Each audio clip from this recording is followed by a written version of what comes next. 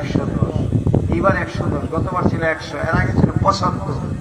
আমরা যখন 50 টাকা বা 75 টাকা দিতাম, তখন ওই আমাদের এমপি সাহেব দিতেন প্রত্যেকটা ফেতরা 2600 টাকা। কত? এক একটা ফেতরা 2600। উনি বাজারের সবচেয়ে সেরা দামি যে খেজুর, এইটা 2 কেজি খেজুরের দাম যত, আমাদের এমপি সাহেব দিছে প্রত্যেকটা ফেতরা তত। আর এমপি সাহেবের হাজার হাজার কোটি টাকার মালিক, এবার 100টা দিলে কথাটা থাকে।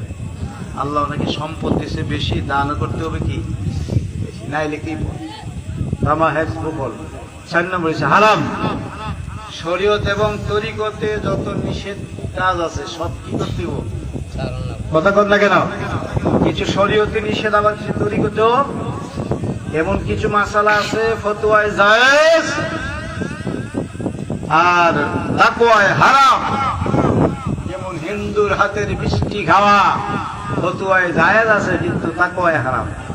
যারা পরেজগার লোক, তাকওয়াদার লোক, পীরের মুরিদ, তাদের জন্য হিন্দুর হাতের খাওয়া কি হারাম। কত মানুষ পীরের কাছে মুরিদ এসে সোনাগান্ধা দরবারে 30 বছর যাবৎ আসে আর যায়, কোনদিন কোনো বুঝি না। হ্যাঁ, মোটাইয়া হিন্দুর ঘরে বসে মিষ্টি খায়, তার কোনো কিসে বন্ধ হয়ে এই ফতোয়ায় তো জায়েজ ছিল, কিন্তু হারাম করছে কি? তাকওয়া, পরেজগার, আল্লাহ ভীতি যাদের মধ্যে আছে, যাদের অন্তরে আছে, তারা হিন্দু রাতের মিষ্টি কেমনে খায়? আল্লাহ নিজে বলেছেন, ইন্নামাল মুশরিকুনা নাজাসুন, নিশ্চয়ই মুশরিকরা কাফের, নাপাক। মুশরিকরা কি? মুশরিক বুঝেননি? যারা আল্লাহর সাথে কি করে?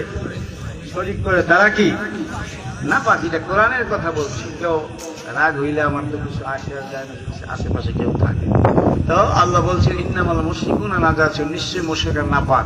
যেই লোকটা নিজেই নাপাক, ওই লোকটার হাতে গাইতে গুইটা মিষ্টিটা বানাই দিলে এটাকে হালাল হয়ে যাবো। কথা কর না কেন? তাইলে আপনারা যারা তরিকতপন্থী লোক, হিন্দু রাতের মিষ্টি খাইবেন নি? কাটা কাটা খাইবেন, হাতটা